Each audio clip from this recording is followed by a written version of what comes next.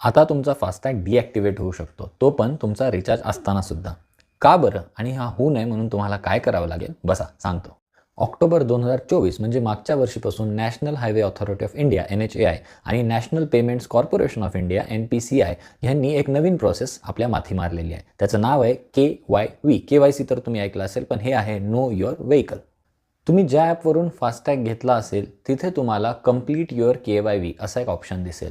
तो option select केल्यानंतर तुमच्या गाडीचा नंबर चेक करा आणि त्यानंतर तुमच्या रजिस्टर्ड मोबाईल नंबरवरती एक OTP ट्रिगर होईल. व्हॅलिड OTP एंटर केल्यानंतर तुम्हाला असा एक इंटरफेस दिसेल ज्याच्यामध्ये तुम्हाला तुमच्या गाडीचं RC बुक म्हणजे रजिस्ट्रेशन सर्टिफिकेटचा फ्रंट आणि बॅक अशा दोन्ही इमेजेस अपलोड करायच्या आहेत. त्यानंतर नंबर प्लेट दिसेल अशा पद्धतीने तुम्हाला गाडीचा समोरून फोटो घेऊन अपलोड करायचा आहे.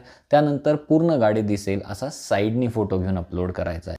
हे फोटोज अपलोड केल्यानंतर तुम्हाला फास्टॅग जो की तुमच्या गाडीच्या विंडशील्डवर लावलेला आहे त्याचा पण फोटो घेऊन अपलोड करायचा आहे.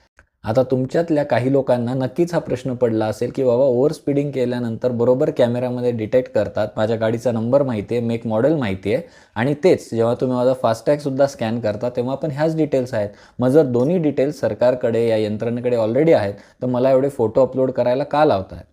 आपली सिस्टम आहे ही अशीच वर्क करते. तर चला लवकर तुमचा KYV करून घ्या.